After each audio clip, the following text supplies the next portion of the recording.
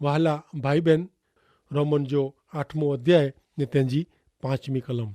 जोको मानवी स्वभाव प्रमाणे जीवे था उन्हीं जा मन मानवी स्वभाव जे काबू में आई। जोको आत्मा प्रमाणे जीवे था उन्हीं जा मन आत्मा जे काबू में आई। हिकिड़े विश्वासी भाउ जे घरे असांखे भोजन लाइ बुलायो हो। भोजन टेबल मथे तैयार हो। पोइ यजमान बहन पंहिंजे नंढे छोकिरे खे हकल कयईं। 32 बार हकल कयो। पोइ उन चयो कि हीउ नंढो छोकिरो त कीअं सुणे वारो न आहे।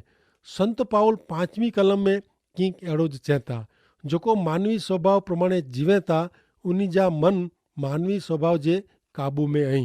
उहो नंढे छोकिरे जो मन ॿई बाबति में वो, तंहिं लाइ उहो पंहिंजी माउ जो सुणे नथो, न सुणे जो इन जो स्वभाव थी वियो आहे। अहिड़ी रीते जंहिंजा मन मानवी स्वभाव में खुपियल आहिनि उहा आत्मा जो सुणे नथा, परिणाम में आत्मा प्रमाणे जीवी सघे नथा। मित्र, जो पां प्रभु यीशु ख्रिस्त ते विश्वास कयो वे त पण जो पंहिंजा झूना मानवी स्वभाव प्रमाणे हलो तॾहिं पंहिंजो अंतरात्मा पांखे लोसे न त कदाच पामे नवो स्वभाव आयो न आहे। पां उन जो स्वीकार कयो न आहे, पण यीशु ते विश्वास करींदल के नवो स्वभाव ॾिने में अचे थो ने इनके इन जे ताबे थिएजो आहे। योहान 3 अध्याय ने 6 कलम में यीशु पिंड चए था, जेको देह से जन्मेलो आहे उहो देह प्रमाणे वर्ते थो, जेको आत्मा से जन्मेलो आहे उहो आत्मा प्रमाणे वर्ते थो। ही कम पंहिंजे निर्णय मथे आधारित आहे कि पां नवे स्वभाव प्रमाणे आत्मा जो आवाज़ सुणनो क न। पांखे हिते नवो संघर्ष मुंझवण ॾेखारिजे थी। नवो स्वभाव विश्वासी हाणे पाप मथे जीत मेળવેલા संघर्ष कई नथा, पर हाणे पवित्र आत्मा पंहिंजे झूने स्वभाव विरुद्ध संघर्ष ने युद्ध करे थो। हिकिड़े नंढे छोकिरे खे वॾे छोकिरे झगड़ो करीने नीचे फुगाए विधे, लतूं मारीने मथे चढ़ी वेठो। एतिरे में उनजो नंढो छोकिरो वो उनजो वॾो भाउ आयो ने पंहिंजे भाउ खे छुड़ाए लाइ मदद कयईं। नंढो छोकिरो ऊभो थईने पंहिंजा कपिड़ा साफ़ कईंदो हो, तॾहिं वॾो भाउ इन छोकिरे भेरो लड़ाई में वो। हाणे यीशु ते विश्वास करींदल जी मदद में पवित्र आत्मा आयो आहे ने हू झूने स्वभाव साथे लड़ाई करे थो ने पां पवित्र आत्मा जे आवाज़ खे सुणो त हू पांखे पाप मथे जीत ॾिराईं था। जेको मानवी स्वभाव प्रमाणे जीवे था उन जो ध्यानु पाउल प्रेसित एफेसी जे पत्र जे 2 अध्याय जी 1 થી 3 कलम में हिन प्रमाणे चए था कि भूतकाल में અહીં आजा आज्ञा भंग जे कारणे आत्मिक रीते मरल हुआ। उन टाइम में અહીં दुनिया जे भूंडे मार्ग में हलदा हुआ। અહીં आकाश जी आत्मिक सत्ता जे अधिकार के एतिरे ईश्वर मथे अधीन न रहंदल लोक ते काबू धराईंदल आत्मा के अधीन रहंदा हुआ। हकीकत में त पां मेड़े उन जड़ा ज हुआ ने पंहिंजी बूंदी वासना प्रमाणे रहंदा हुआसीं ने पंहिंजी शारीरिक ने मानसिक इच्छा प्रमाणे रहंदा हुआ। बे मीणी वारे जी पां पण स्वाभाविक रीते ज ईश्वर जे कोप माटे लायक हुआ। हिते शारीरिक ने मानसिक बोय जो समावेश थिए थो ने અહીં जेको हिकियार आंजो बूंढे कम से विश्वासुनु अलग ने आंजे मन से उन जा दुश्मन हुआ उहो हाणे અહીં ईश्वर साथे समाधान में आया आयो। कोलोसी 1 ने 21 प्रमाणे उता पंहिंजो सॼो व्यक्तित्व जणाए थो। जेको ईश्वरनु अलग थियलो आहे मानवीय स्वभाव प्रमाणे रहंदल माण्हू देह जी वासना मथे मन लॻाईने अहिड़ा कम कईं था। नेरियो उन जो खुराक कहिड़ो आहे? व्यभिचार, मौज शौक़, मूर्ति पूजा, भूत विद्या, वैरभाव, झगड़ा, ईर्षा, क्रोध, स्वार्थ, जूथबंदी, पक्षापक्षी, अदेखाए, दारूड़ियापणो, भोगविलास ने अहिड़ा ॿिया कम। जेको अहिड़ा कम कईं था उहो आकाश जे राज्य जो वारसो मेળવીंदा ज न। गलाती 5 अध्याय 19 ने 21 प्रमाणे। त वरी कोलोसी 3 ने 8वीं ने 9वीं कलम में संत पाउल पांखे आदेश ॾिए था कि हाणे आके अहिड़ी मिड़े बाबतनु मुक्त थियो खपे। खार, रीस, बूंडाई, कंहिंजो अपमान का अपशब्द आंजे मुंहं में जा कॾहिं निकिरिया न खपे। हिकिड़े ॿिए वटि खोटो न कोछो, कारण અહીં स्वभाव के इन जी टेव साथे छॾी ॾिनो आहियूं। माथी जो 15 अध्याय ने 19वीं कलम में पिंड यीशु चयो कि हृदय में जा बूंडा वीचार निकिरे था, जेको खून, चोरी, व्यभिचार ने ॿई अशुद्ध बाबत करेला डोरी वञे था। वरी हृदय में जा लूट, झूठ નિંદા નીકળી હતી। ही બાબતું માનવી કે અશુદ્ધ બનાવી હતી, પણ હાથ ધૂતે વગર ખેણું માળું કે અશુદ્ધ બનાય નહોતો।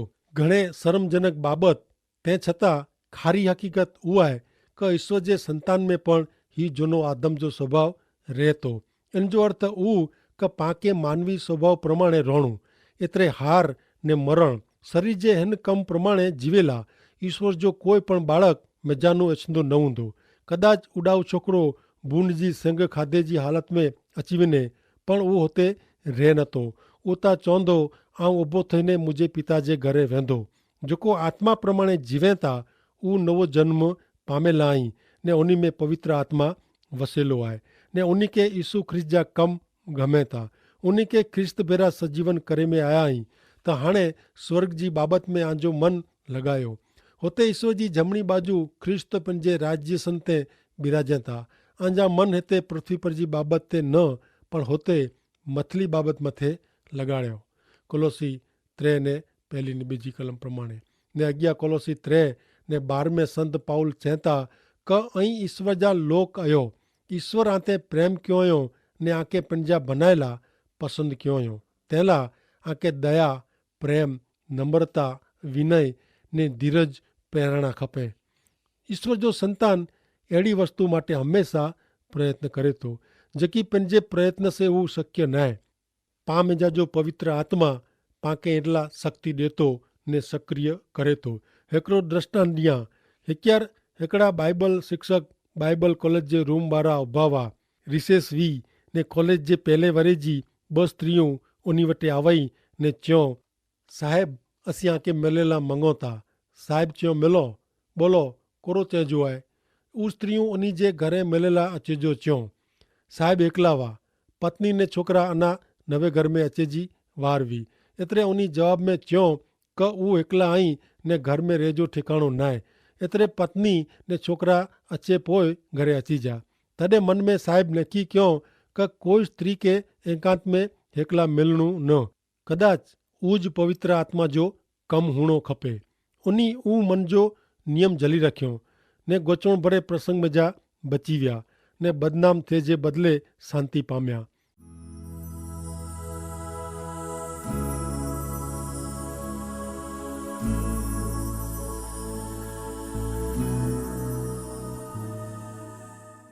हाणे अॻियां निहारियो रोमन जो 8 अध्याय ने 6 कलम। मानवी स्वभाव के अधीन थे से मरण अचे तो जॾहिं आत्मा के अधीन थे से शांति ने जीवन अचे तो। मानवी स्वभाव उहो ईश्वरનું અલગતા જુદાય વતાય તો ને માનવી સ્વભાવ હેવર ને હિતે મરણ જ आहे। પણ પવિત્ર આત્મા વિશ્વાસી में વસે તો उहो जीवन ने शांति ॾिए थो। पाप कयूं तॾहिं ईश्वर वटि अची ने पंहिंजे पाप जी क़बूलात कयूं ने ईश्वर पाके धोई ने स्वच्छ कयूं था ने उन जी संगत में फिरी स्थापीए था। बाइबल में जन जीवन विषय वारंवार ॻाल्हि करे में अचे थी। उता पूरे संतोष साथे जो व्यक्ति जी मिड़े शक्ति जी उपयोग साथे जो जीवन है। घणे लोग मने था कि भरपूर जीवन जीवेला हकीकत में ईश्वर जो को जीवन पाके ॾिनेला मंगे था इन जी सरखामणी में वो वधु डबल जीवन है। शांति जो अर्थ आहे वर्तमान में भविष्य ला चिंता वगर जो शाश्वत अनुभव। ओ मित्र पा मेड़े हिन कम में प्रवेशो तो कहिड़ो खासो। हिकिड़ी बाबत चौकस आहे जो ऐं देहवासन में जीवंदा वो ने ऐं यीशु के स्वीकार करीने ईश्वर जा बालक बन्या वो त ऐं हैवर ईश्वर साथे संगत में नयो। योहान 13 अध्याय ने 8 कलम प्रमाणे यीशु पंहिंजे शिष्य के पितर के चयो कि जो आऊं तुंहिंजा पग न धोआं त तोखे मूं भेरो कीअं लाग भाग न आहे। इन जो अर्थ उहो आहे कि जो पाप कयूं ने देह जे कम में जीव्या कयूं त उहो प्रभु यीशु साथे जी पंहिंजी संगत टुटी वञे थी त पोइ पाके कोरो कहिड़ो खपे। सिमोन पितर जेकी कंहिं ऊ आंजा पग एतिरे पाप यीशु के दुतेला ॾियो। 1 योहान 1 अध्याय ने 9 चेता कि जो पंहिंजा पाप क़बूल कयूं त ऊ पंहिंजो वचन पारींदा ने योग्य करींदा। ऊ पंहिंजे पाप जी माफ़ी ॾींदा ने मिड़े बूंडाई दुष्कर्मनु पाके शुद्ध करींदा।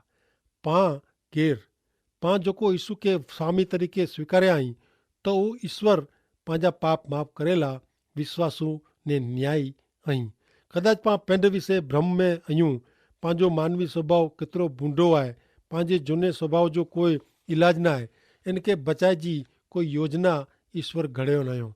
कोई चवंदा जो ईश्वर जो बालक पाप करे त इनजी ने खोवायल ने नाश में वेंदल आत्मा विच फ़र्क़ु करो। फ़र्क़ु एतिरो क ईश्वर जो बालक रड़ कईंदो क ओ प्रभु मूंखे माफ़ कर कीअं क आऊं पापी आहियां। हिन ॻाल्हि मथे वीचार करीने ऐं अॼु झूने स्वभाव खे सुधारी सघो था। उहो साव नकामी आहे। उज पांखे नियम में ॾिसड़ी वञे थो। क़ाइदा वारा सज्जन माण्हू केतिरा ख़ासी रीते देह वासना खे काबू में रखियल प्रयत्न कयूं था, पर उहो मेड़े वॾी अफ़वाह फैलाईंदड़ आहिनि। मित्र घणे ख़ासा बने जी आशा रखणी उहा के यीशु ख्रिस्त में नेरे से ने पाछा रखे जहिड़ो आहे। ऐं चओ था ऐं वधू ख़ासो करेला मंगा थो, पण ऐं ॼाणो था क ऐं अहिड़ो करे सघो नथा। घणे लोग चवनि था असीं असांजी जात विषय साव निराश थी विया आहियूं। पाके था पामे यीशु ख्रिस्त जो परछायो नेरे जो आहे ने स्वीकारे जो आहे क पामे कमु करींदल पवित्र आत्मा उहो सिद्ध करी सघे थो। तॾहिं आंजी जात में विश्वास विनाई ॾिने जी ज़रूरु आहे, जेथी ऐं आमे वसंदल पवित्र आत्मा तेज आधार रखो। ऐं निराश थी वियो आहियां अहिड़ो चवणो उहो अविश्वास आहे। आला ईश्वर जी योजना ने ईश्वर जी आसीस नेकी करेला आई ने आके उहो गोते जो आहे। अभिमान करणो उहो अंध हुअणो इन जे बराबरि आहे। पां पिण था ईश्वर जी हाज़िरी में उभापण रही सघो नथा। ईश्वर पांखे जिन रीते नेरीए था इन ज रीते नेरींदे पां सिखूं। ईश्वरीय आसीस जो अभाव भक्ति में निष्फलता जे कारणे न पण अविश्वास जे कारणे अचे थो। मित्र ईश्वरीय आशीर्वाद पामे मिले नथो कारण पांखे ईश्वर में अविश्वास आहे। इन जो कारण पंहिंजी ईश्वर भक्ति जो अभाव आहे। ओ आधुनिक जगत ईश्वर ते विश्वास करे त कहिड़ो ख़ासो। वरी सची ईश्वर भक्ति माण्हू जी इच्छा शक्ति से अचे नथी पण पंहिंजी सोध में जा अचे थी क पां जॾहिं पापी ने नालायक हुआ तॾहिं ईश्वर पांखे आशीर्वाद ॾिनो। ईश्वर खे ॾिने जहिड़ो मूं वटि कीअं न आहे। उतां उन जी अजाइब कृपा जी उपज आहे। ईश्वर पिता ला रोज़ माण्हूअ जा टोरा भक्ति सभा में अचींदा नेरीने मूंखे घणे बार ॾोख थिए थो ऐं उन ते विश्वास पण न करी सघो। अहिड़ा अप्रमाणिक निंदा कईंदल खोटा पांखे पंहिंजो समर्पण करे जी ज़रूरु न आहे। अॼु जेको ज़रूरु आहे उहो ईश्वर मथे अहिड़ो विश्वास रखे जी क ईश्वर सर्व समर्थ आहिनि। कदाच कोई चवंदा क ही त घणे अघरी बाबति आहे, खारी आहे। ऐं इन प्रमाणे ॼाणण लाइ मंगा थो कीअं क संत पाउल हिते उहा ॻाल्हि साव चोखी चए था। दैहिक मन उहो ईश्वर साथे जो दुश्मनवाद जहिड़ी ॻाल्हि आहे। उहो ईश्वर जे नियम खे अधीन थिए नथो। हक़ीक़त में उहो अहिड़ो करी सघे नथो।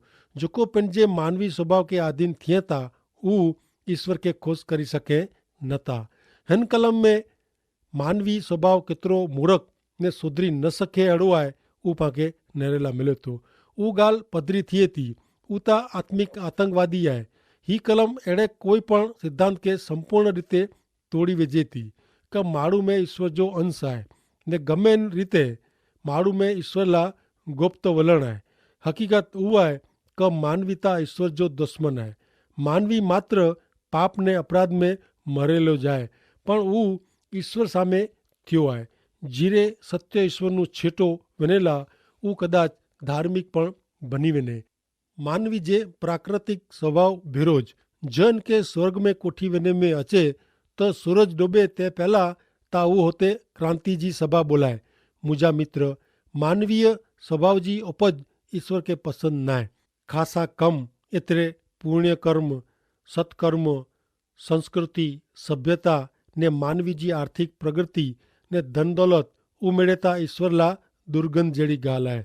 ईश्वर चए था क तोजा कम ऐं ॼाणा थो धार्मिक जॻह ते थींदल कम पण तूं हुफारो आहीं न ईअं गरम क न ईअं थधो तंहिं लाइ आउं तोखे थोकी विझंदो। तूं चए थो आउं धनवान आहियां ऐं धन दौलत मिड़वई आहे ने मूंखे कीअं खोट न आहे पण तूं केतिरो ॾुखी ने दया पात्र आहीं इन जी तोखे ख़बर न आहे। तूं त ग़रीब ॾुखी ने अंध आहीं। संदर्शन 3:16-18 प्रमाणे यीशु ख्रिस्त के मानवी जो ही हुफारो व्यवहार पेट में दर्द जहिड़ो लॻे थो।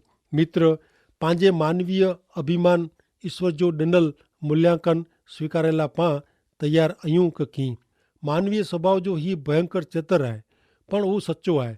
पण तंहिं छतां ईश्वर जे आत्मा में छुटकारो आहे। मुंहिंजा मित्र, अॼु उन पापी स्वभाव जो भरोसो छॾीने ईश्वर जो ॾिनल पवित्र आत्मा ते भरोसो रखियल आहे ऐं तयारु आहियो। अचो पाण ईश्वर ते भरोसो रखूं कि यीशु ख्रिस्त पर जे पंहिंजे विश्वास मार्फत ईश्वर पामे पवित्र आत्मा खरेखर रखियो आहियूं। इन जे आवाज़ खे पाण पारखूं ने उन जी ॾोरवणी प्रमाणे पाण हलूं। आमीन।